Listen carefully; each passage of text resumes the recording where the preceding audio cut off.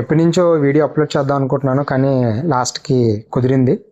ఇప్పుడు అప్లోడ్ చేస్తున్నాను. అసలు కొంచెం వివరాలు అంటే చాలామంది మీరు జార్జియా వెళ్ళారు కదా, జార్జియా ఇమిగ్రేషన్ వివరాలు తెలియజేయమని చెప్పేసి నాకు మెసేజ్ చేయడం జరిగింది. ఈ వీడియో చేసాం, కానీ అప్లోడ్ చేయడానికి అసలు టైం కుదరలేదు. ఇప్పుడు అప్లోడ్ చేస్తున్నాను. జార్జియా ఇమిగ్రేషన్ అంటే యూరో ఏషియన్ కంట్రీస్లో చాలా ఇంపార్టెంట్ అయింది. యూరో ఏషియన్ కంట్రీలో జార్జియా చాలా ఇంపార్టెంట్ అయింది. ఈ జార్జియాలో టిబ్లిసీ, క్యాపిటల్ సిటీ టిబ్లిసీలో మేము ఉన్నాం. టిబ్లిసీ ఎందుకంటే వాణిజ్య పరంగా అవ్వచ్చు, టూరిస్ట్ పరంగా అవ్వచ్చు, ఇక్కడ చాలా ఇంపార్టెంట్. ఎక్కడెక్కడి నుంచో వివిధ దేశాల నుంచి ఇక్కడికి వస్తూ ఉంటారు, కాబట్టి రూల్స్ కూడా అలాగే ఉంటాయి. ముఖ్యంగా ఇండియన్స్కి, ఏషియన్ కంట్రీస్ నుంచి వచ్చే వాళ్ళని అంత ఈజీగా కంట్రీలోకి అలౌ చేయరు. కాబట్టి దీనికి ఎలా అప్లై చేసుకోవాలి, ఎలా రావాలి, అలాగే జార్జియన్ కంట్రీస్ మీద ఉండే కొన్ని అపోహలు, నిజాలు మీకు ఈ వీడియోస్ ద్వారా తెలుపుతాను. ఒక సిరీస్ ఆఫ్ వీడియోస్ చేస్తాను. జార్జియా గురించి పూర్తిగా తెలుసుకొని ఈ దేశానికి రండి. జార్జియన్ కంట్రీ రావాలంటే వీసా కావాలి. చాలా రకాల వీసాలు ఉంటాయి. అందులో ముఖ్యంగా టూరిస్ట్ వీసా, అలాగే work visa. Work visa Georgian country, ముఖ్యంగా ఈ టిబ్లిసీ సిటీకి అంత ఈజీగా రాదు. అసలు వర్క్స్ ఏంటి ఉన్నాయి, ఏ వర్క్స్ ఉంటాయనేది నెక్స్ట్ వీడియో చూస్తాం. ఇక్కడ ముందు వీసాని ఎలా అప్లై చేసుకోవాలి, అలాగే ఇమిగ్రేషన్ ఎలా ఉంటుంది అనేది ఇవి చూద్దాం.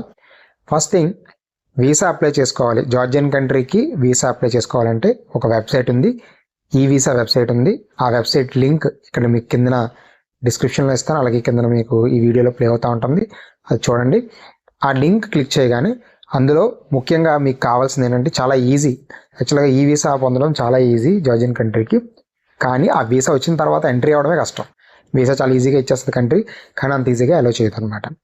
ఇక్కడ ముఖ్యంగా ఈ జార్జియన్ వీసాలో ముఖ్యంగా మనకి కావాల్సింది ఏంటంటే ఇండియన్ సిటిజన్ అయితే ఆధార్ కార్డు, పాస్పోర్ట్, అలాగే ట్రావెల్ ఇన్సూరెన్స్, రిటర్న్ టికెట్ అంటే ఇన్వర్డ్ అవుట్ 2 జర్నీస్ టికెట్స్, అలాగే ఐటినరీ అంటే మీరు ఎక్కడికి వెళ్తున్నారు ఏంటంటే తెలుసుకోవాలి.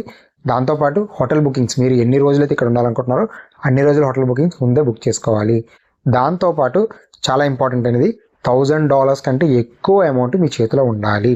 టూరిస్ట్గా ఎంత హాస్పిటాలిటీ ఇస్తారో సిచ్యువేషన్స్ ప్రకారం, కండిషన్స్ ప్రకారం అన్ని కండిషన్స్ ఇస్తారు. ఈ వీసా ప్రొసీజర్ మీ ఆన్లైన్లో ఇది మేక్ మై ట్రిప్ యాప్లో కూడా మీరు అప్లై చేసుకోవచ్చు. 5000 ఎంత అవుతుంది. జనరల్గా అయితే $20 అంటే $20 మాత్రమే అవుతాయి. అంటే $2000 మాత్రమే మనకి ఈ వీసా రావడానికి అవుతుంది. దాంతోపాటు మరి టికెట్స్, అలాగే ఇన్సూరెన్స్లు, హోటల్ బుకింగ్స్ ఇవన్నీ ఖర్చు అవుతాయి. కాబట్టి ఇవన్నీ కలిసి మనం అప్లై చేసుకుంటే ఈజీగా వచ్చేస్తుంది. ఎందుకంటే నాకు తెలిసి ఇన్సూరెన్స్ అయితే మీకు పెర్ డే 200 నుంచి 300 ఉన్నాయి. అలాగే ఫ్లైట్ టికెట్స్ కొంచెం ముందుగా కానీ బుక్ చేసుకున్నట్లయితే 20,000 నుంచి 25,000 నుంచి కూడా మీకు స్టార్ట్ అవుతాయి. 50,000 వరకు కూడా ఉన్నాయి. అవుట్ జర్నీ కూడా మీకు కొంచెం ముందుగా బుక్ చేసుకుంటే మంచిది. అయితే ఇక్కడ బాగా మీరు గుర్తుపెట్టుకోండి, ఏదైతే ఇక్కడ టిబ్లిసీ వాళ్ళు ఒక చిన్న మెలికి పెడుతున్నారు. వెళ్ళేటప్పుడు 40 kgs ఇస్తున్నారు వెయిట్, వచ్చేటప్పుడు మాత్రం 20 kgs ఇస్తున్నారు. కాబట్టి జాగ్రత్తగా చూసుకోండి, వెయిట్ ఎక్కువ తెచ్చుకోవద్దు, 20 kgs వరకే తెచ్చుకోండి.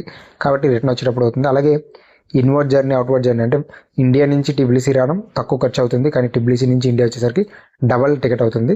అదేంటో ఎందుకో మనకి తెలియదు. దాని నెక్స్ట్ స్టెప్ ఏంటంటే టికెట్స్ తీసుకున్న తర్వాత మనం ప్రయాణం మొదలు పెడతాం. ప్రయాణం మొదలుపెట్టి హైదరాబాద్ నుంచి, చెన్నై నుంచి, ఢిల్లీ నుంచి, అలాగే ముంబై నుంచి ఫ్లైట్స్ ఉన్నాయి. బ్రేక్ జర్నీ ఉంది అండ్ లే ఆఫ్ జర్నీ ఉంది, అలాగే డైరెక్ట్ ఫ్లైట్స్ కూడా ఉన్నాయి. మీరు ఎలాగైనా రావచ్చు. ఎక్కడికి వచ్చినా జార్జియాకి వచ్చేటప్పుడు కంపల్సరీగా ఏదైతే నేను చెప్పానో ఆ రిక్వైర్డ్ డాక్యుమెంట్స్ ఉండాలి విత్ $1000 పైన. అంటే 5 days 6 days ఉంటే 1000 పైన, ఇంకా 10 days 20 days ఉంటే మళ్ళీ ఇంకా ఎక్కువ అమౌంట్ అనేది మీరు క్యారీ చేయాల్సి వస్తుంది. ఇమిగ్రేషన్లో మాత్రం ఇండియన్స్కి 100 రకాల క్వశ్చన్లు అడుగుతారు. మీరు టూరిజం వచ్చినా సరే 100 రకాల క్వశ్చన్స్ అడుగుతారు. ఏంటి అసలు, ఎందుకు వచ్చారు, ఎందుకు వెళ్తున్నారు, అసలు ఏ ప్లేసెస్ చూస్తున్నారు. ఎందుకంటే మనం జనరల్గా వెళ్ళిన తర్వాత ప్లేసెస్ చూస్తాం, కానీ వాళ్ళకి ప్లేసెస్ తెలుసుకొని రావాలి, లేకపోతే ఒప్పుకోరు. అడుగుతారు అన్నమాట, ఏ ప్లేస్, ఎందుకు ఆ ప్లేస్కి వచ్చావు, ఆ ప్లేస్ నిన్ను ఎవరు రమ్మని చెప్పారు, అసలు ఈ కంట్రీ ఎవరు నేను చూస్ చేసుకోమని చెప్పారు, నువ్వు వర్క్ ఏం చేస్తున్నావు, వర్క్ ఐడెంటిటీ ఏంటి, మన ఐడి కార్డ్స్ అన్నీ చెక్ చేస్తారనమాట.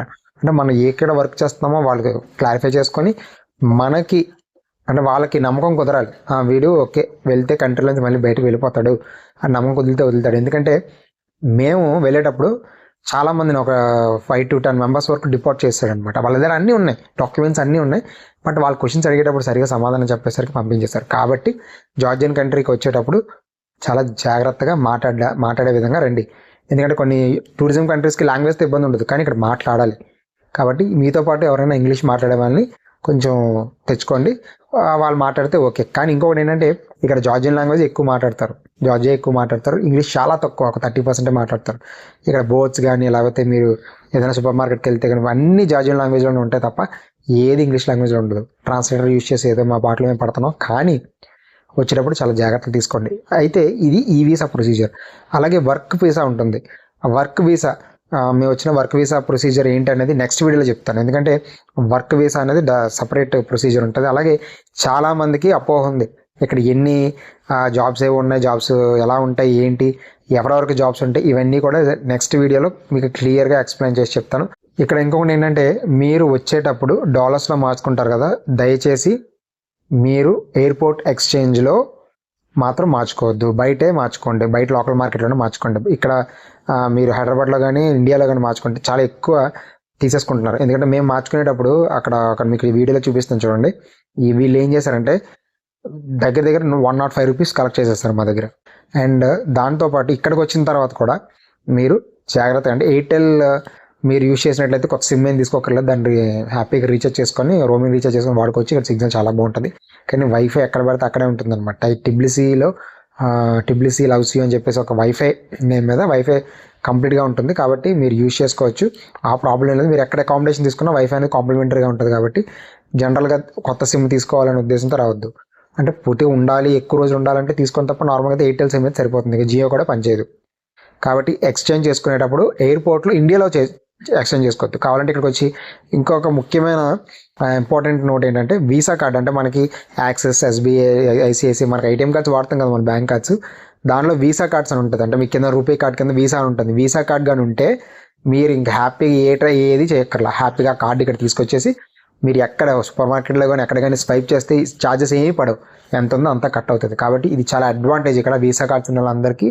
జార్జియన్ కంట్రీలో అలాగే టిబ్లిసిటీలో మొత్తం సిటీ మొత్తం హ్యాపీగా యూజ్ చేసుకోవచ్చు. ఎవరికి బస్సులో కూడా మీరు స్వైప్ చేసి ట్రావెల్ చేసుకోవచ్చు. అంటే ₹1 పే చేయాలన్నా సరే మీరు దాంతో పే చేయొచ్చు. ఎందుకంటే ఇక్కడ ఒక జెల్ దాదాపు ఇప్పుడు ₹35 ఉంది.